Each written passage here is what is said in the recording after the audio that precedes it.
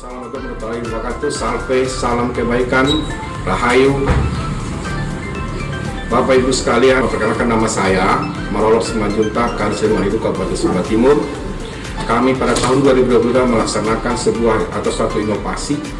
Ada dua inovasi yang kami lakukan, yaitu salah satu adalah masalah konservasi lahan dan mata air dan lahan, dan kedua konservasi masalah tembakau. Jadi kenapa kami melakukan pemilihan kedua tema ini? Itu menyangkut pertama adalah kita mengerti bahwa sekarang ini terjadi isu pemanasan global atau global warming yang berimplikasi terhadap perubahan iklim di dunia, telah dirasakan dampaknya di Sumba Timur.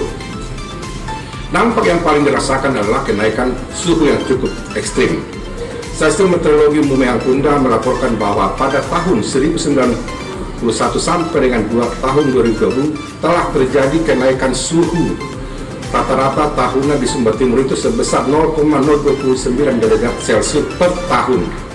Kondisi ini juga diperparah dengan kekeringan yang melanda hampir di seluruh wilayah Sumba Timur dalam 4 tahun terakhir. Salah satu sumber daya alam yang terkena dampak dari kondisi tersebut adalah kawasan sumber-sumber air seperti mata air.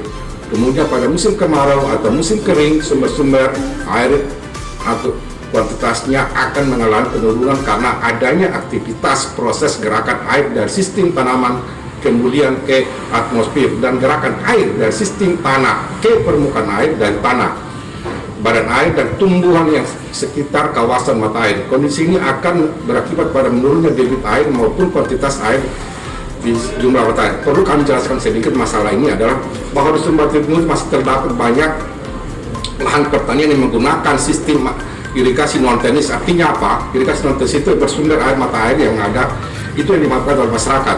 Nah, apabila tidak kita memelihara sumber-sumber mata air, maka terjadi pada kerepotan masyarakat. Untuk merespon kondisi tersebut, untuk menjaga tetap terbelahnya mata air dan makin terjaganya kualitas lahan yang dimiliki oleh masyarakat, maka pada tahun 2022 ada inovasi diluncurkan oleh Dinas Lingkungan Hidup Kabupaten Sumba Timur sebagai salah satu upaya mitigasi perubahan iklim, yakni inovasi yang diberi nama Komala ataupun konservasi mata air dan lahan.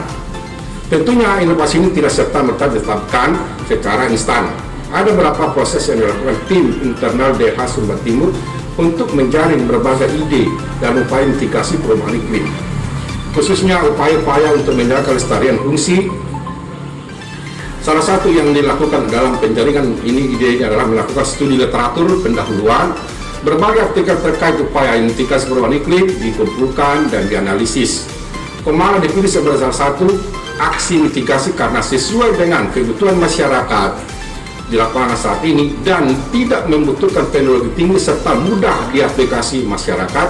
Kegiatan Komala berkolaborasi dengan berbagai kelompok petani di beberapa desa yang berdasarkan hasil survei pendahuluan sangat membutuhkan upaya perlindungan mata air di desanya. Jadi perlu kami jelaskan sedikit bahwa tahun 2020 kami akan memberikan sejumlah anakan kepada masyarakat.